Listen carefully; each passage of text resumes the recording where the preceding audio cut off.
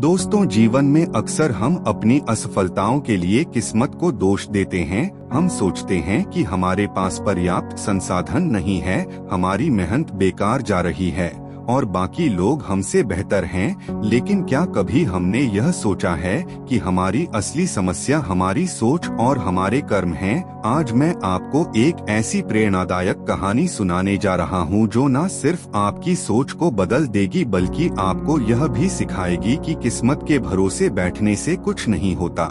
हमारी किस्मत तभी बदलती है जब हम अपने कर्मों में विश्वास रखते हैं। तो चलिए जानते हैं कि कैसे मेहनत और सही दिशा में किए गए कर्म जीवन को बदल सकते हैं। ध्यान से सुनिए, क्योंकि यह कहानी आपकी जिंदगी बदलने की ताकत रखती है। बहुत समय पहले की बात है। एक नगर में महात्मा बुद्ध ठहरे हुए थे। तभी वहाँ पर एक किसान आया और वह महात्मा बुद्ध से कहता है, हे बुद्ध, मेरी किस्मत बहुत खराब है। मैं जो भी काम करता हूँ वह सब बिगड़ जाता है। मुझे मेरी मेहनत का कोई फल नहीं मिल पाता। मैं एक किसान हूँ, मैं खेती करता हूँ, लेकिन मेरी फसल कभी अच्छी नहीं हो पाती और इसी वजह से मैं बहुत परेशान रहता हूँ। पता नहीं क्यों मेरे साथ ही ऐसा क्यों होता है। इसके उपाय के लिए मैंने कई साधु संतों से बात की, कई ज्ञानियों से उनकी राय ली। उन्होंने जो कुछ भी कहा मैंने वह सब कुछ किया। मैंने सभी तरह के अनुष्ठान, पूजा पाठ और यहाँ तक कि हर प्रकार के कार्य करके देख लिए, लेकिन फिर भी मुझे इसका कोई लाभ ही नहीं मिल रहा। और वहीं पर मेरे अन्य गांव वाले, उन सब की फसल बहुत अच्छी होती है, जबकि वह अपने खेतों में उतनी मेहनत भी नहीं करते, लेकिन फिर भी उनकी फसलें हमेशा ही बहुत अच्छी होती हैं। मैंने सुना है कि आप सभी की समस्या का समाधान करते हैं, इसीलिए मैं आज आपके पास आया हूँ। क्या आप मेरी समस्या का समाधान कर सकते हैं? हे तथागत, क्या आप मेरी किस्मत बदल सकते हैं? उस किसान की वह सारी बातें सुनकर महात्मा बुद्ध मुस्कुराने लगे और उस किसान से कहते हैं, भंते, तुम्हारी किस्मत तो पहले से ही बहुत अच्छी है, सब कुछ तो तुम्हारे पास ही है, फिर भला तुम ऐसा क्यों कहते हो कि तुम्हारी किस्मत अच्छी नहीं है?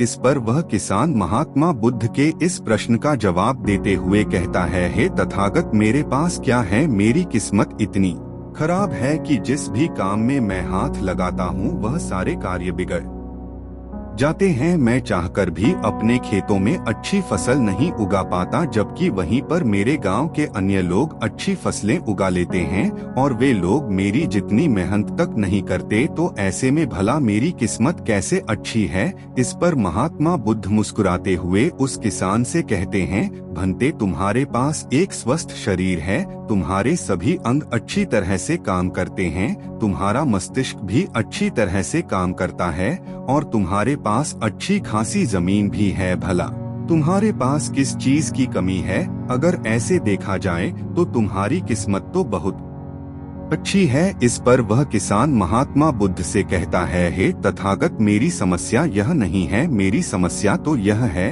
कि जिन भी कार्यों में मैं हाथ डालता हूँ वह कार्य बिगड़ क्यों जाते हैं। रही बात जमीन, अच्छा शरीर, अच्छा मस्तिष्क और अच्छे अंगों की, तो वह तो सभी के पास है, मेरे सभी गाँव वालों के पास भी है और उनके पास अच्छी जमीन भी है और उनके पास अच्छी फसल भी है। इसी कारण वे लोग हमेशा सुखी रहते हैं, लेकिन मेरे खेतों में तो अच्छी फसल हो ही नहीं पाती।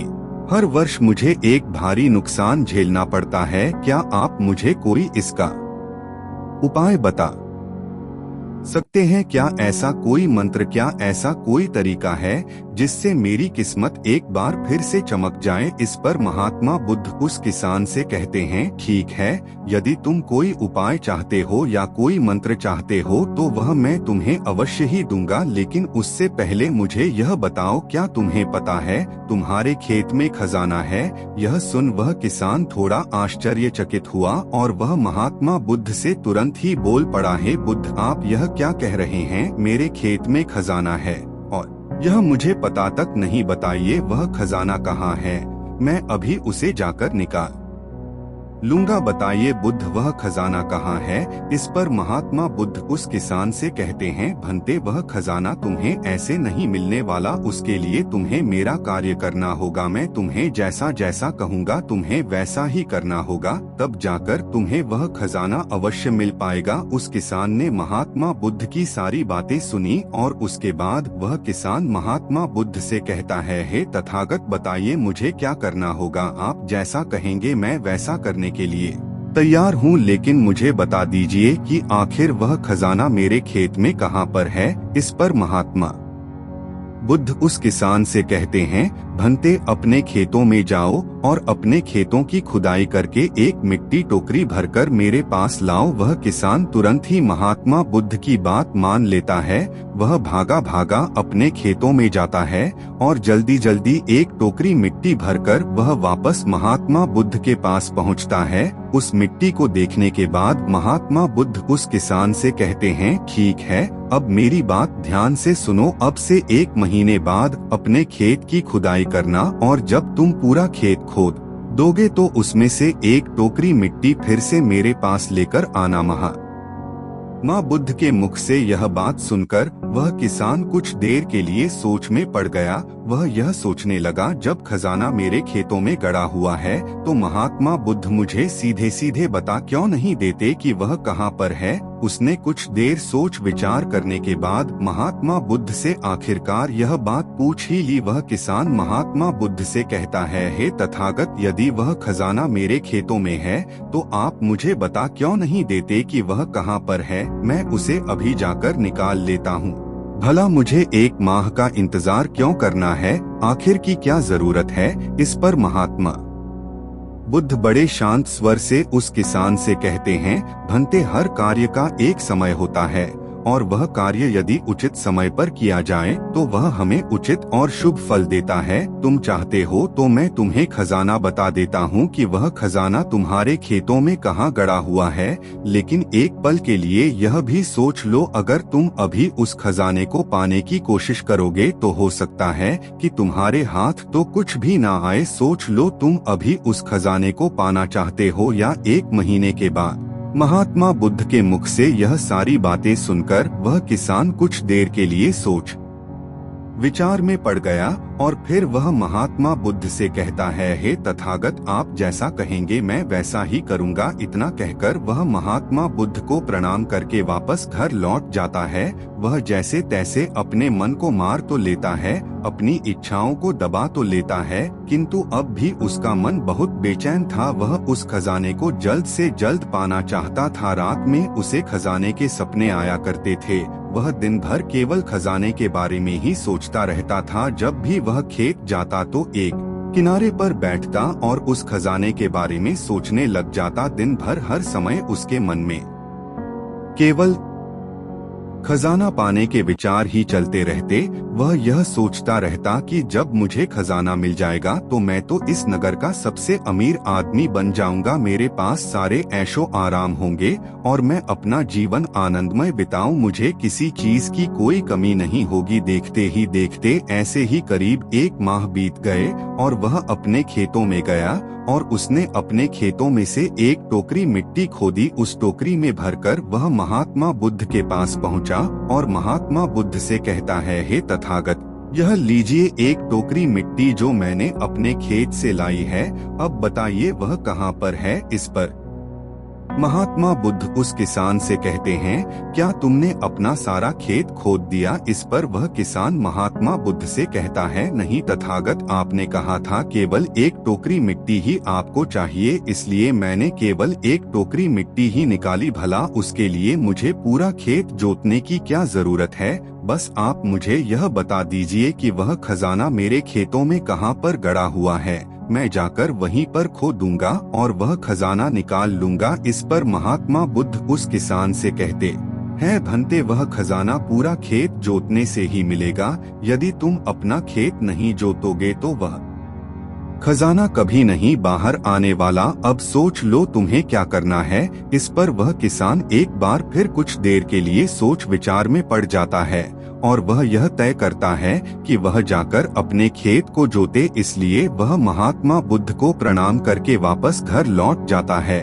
और अगले ही दिन वह अपना सारा खेत जोतकर एक बार फिर से एक टोकरी मिट्टी भरकर महात्मा बुद्ध के समक्ष पहुंच जाता है। तभी महात्मा बुद्ध उस किसान से कहते हैं, भंते अभी तुम्हारा खेत ठीक से नहीं जोता गया है, जाकर एक बार फिर कोशिश करो, एक बार फिर अपने खेतों में हल चलाओ। इस पर वह किसान महात्मा बुद्ध से कहता है, हे तथागत, मेरे पास हल नहीं है, बल्कि मैं खुद से ही हल्की जगह पर खेत जोतता हूँ। इस पर महात्मा बुद्ध उस किसान से कहते हैं, को बात नहीं बनते, एक बार फिर परिश्रम करो और इस परिश्रम का फल तुम्हें अवश्य मिलेगा।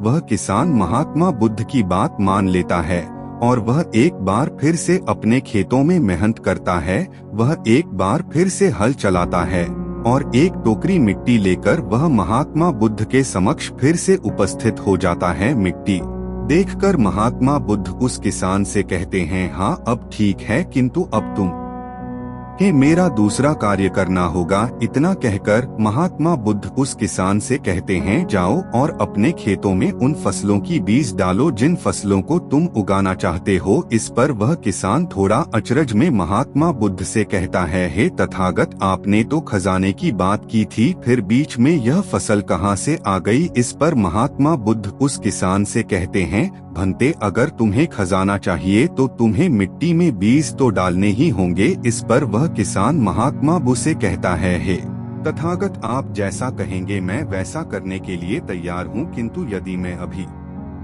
बीज लेने जाऊंगा तो वह मुझे महंगे पड़ेंगे और अभी मेरे पास इतना धन भी नहीं है। यदि मैं कुछ समय बाद उसे लेने जाऊंगा तब वह मुझे सस्ते मिल सकते हैं। इस पर महात्मा बुद्ध उस किसान से कहते हैं, भंते मैंने तुम्हें कहा था यदि हम किसी कार्य को सही समय पर करते हैं तो हमें उचित लाभ मिलता है, किंतु अगर वही कार्य उस समय पर नहीं होता तो उसका फल हमें नहीं मिल पाता। इसीलिए आज ही जाओ और अपने खेतों में बीज डालो। वह किसान महात्मा बुद्ध की बात मान लेता है।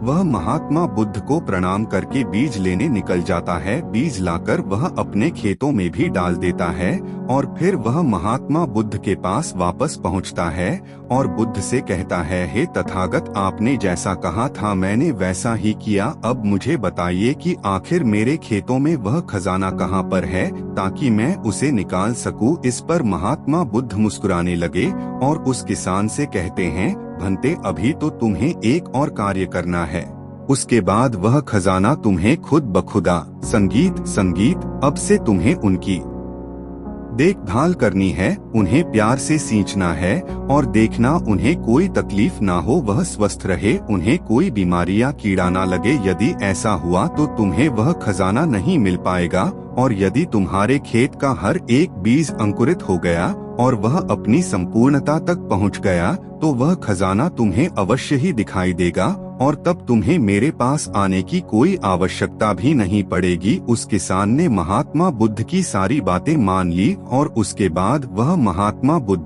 को प्रणाम करके वापस घर लौट गया। अब से वह अपने खेतों की देखरेख करने लगा। उस किसान ने अपने खेतों पर पूरा ध्यान दिया, किंतु अब भी उसे सपनों में वह खजाना ही नजर आता था और वह मन ही मन सोचता था कि बस एक बार यह फसल पूरी तरह से स्वस्थ हो जाए तो वह खजाना भी मुझे मिल ही जाएगा। इसी सोच के साथ वह उन फसलों की देखरेख में दिन रात लगा रहता। उसने अपनी फसलों पर किसी प्रकार की कोई विपदा नहीं आने दी और देखते देखते वह दिन भी आ गया जब उसकी फसल उसके खेतों में लहलहा रही थी। तभी उसे महात्मा बुद्ध की बात याद आई।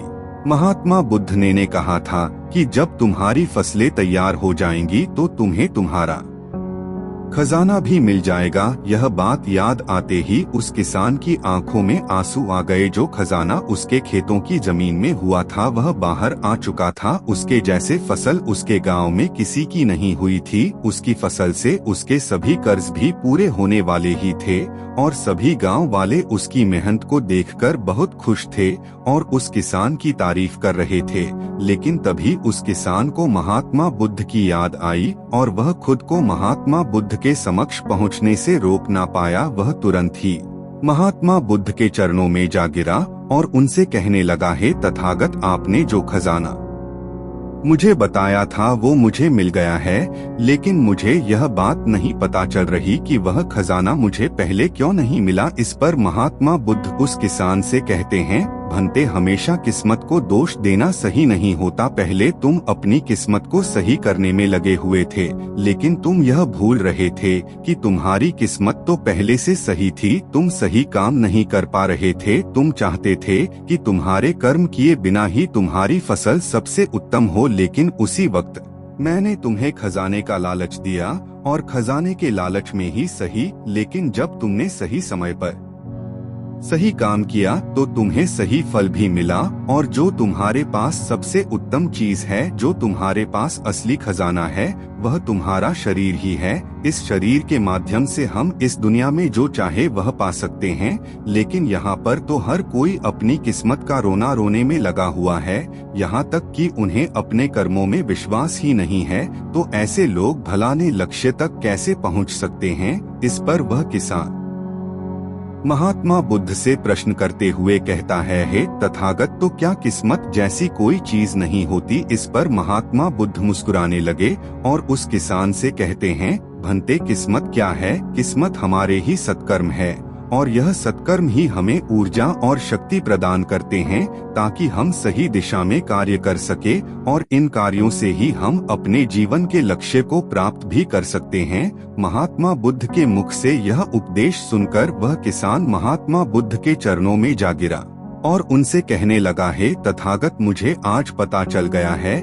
कि मेरी किस्मत खराब नहीं थी, मेरे तो कर्म ही खराब थे। किंतु मैं आज आपको वचन देता हूँ कि आज से मैं अपनी किस्मत को कभी खराब नहीं कहूँगा, अपने कर्मों को सुधार और सभी कार्य सही समय पर करूँगा। इतना कहकर वह किसान महात्मा बुद्ध को प्रणाम करके वापस घर लौट गया। दोस्तों, हम में से अधिकांश लोग यही करते हैं। वे लोग हमेशा अपनी किस्मत को दोष देते रहते हैं, लेकिन वह कभी भी अपने कर्मों पर ध्यान नहीं देते। वह यह नहीं सोचते कि क्या उन्होंने अपने लक्ष्य को पाने के लिए जो कर्म करने चाहिए थे वह कर्म किए हैं या नहीं, कहीं उसमें कोई कमी तो नहीं रह गई, और अगर उसमें कोई कमी थी तो क्या उस कमी को दूर करके क्या उस लक्ष्य को प्राप्त किया जा सकता था? और यह सब हम तब सोच पाएंगे, तब समझ पाएंगे जब हम अपनी किस्मत को दोष देना बंद कर देंगे। लेकिन हम तो अपने आप को सही और अपने किस्मत को गलत ठहराना चाहते हैं। हम किसी ऐसे को चाहते हैं जो हमारी गलतियों का ठेका ले ले, और इसीलिए हम अपनी किस्मत को हमेशा दोष देते रहते हैं ताकि हमें कभी किसी के सवालों का कोई जवाब ही ना देना पड़े। और इस तरह से हम उस समस्या से भी निकल जाते हैं, और हम कभी पीछे पलटकर यह नहीं देखते कि क्या हमने उस लक्ष्य को पाने के लिए हर मुमकिन कोशिश की थी या नहीं, हमसे कहीं पर कोई गलती तो नहीं हुई थी, क्योंकि हमें तो लगता है कि यह सब तो किस्मत का खेल है, और भला किस्मत से कौन जीत सकता है। आपने अपने आसपास भी ऐसे कई लोगों को देखा होगा जो लोग अपने लक्ष्य को प्राप्त न कर पाने पर रोते हैं, चिल्लाते हैं, और जब उनसे कोई उनकी असफलता का कारण पूछता है तो वह यही कहते हैं कि वह तो मेरी किस्मत में था ही नहीं। लेकिन यहाँ पर आप एक वास्तविकता भूल रहे हैं। इस दुनिया में ऐसे कई सारे लोग हैं जो अपने कर्म पर ध्यान देते हैं, वह अपने कर्म को कभी नहीं छोड़ते, भले ही वह अपने लक्ष्य को पहुंच पाने में असफल हो जाएं, लेकिन फिर भी वह अपने कर्म पर विश्वास रखते हैं। और जो लोग अपने कर्म पर विश्वास रखते हैं वह लोग कभी यह नहीं कहते कि उनकी तो किस्मत ही खराब थी, बल्कि वह दोबारा फिर से एक बार पूरी शक्ति से उस लक्ष्य को पाने की कोशिश करते हैं। और यह कोशिश वह तब तक करते रहते हैं जब तक कि उन्हें उनका लक्ष्य मिल नहीं जाता।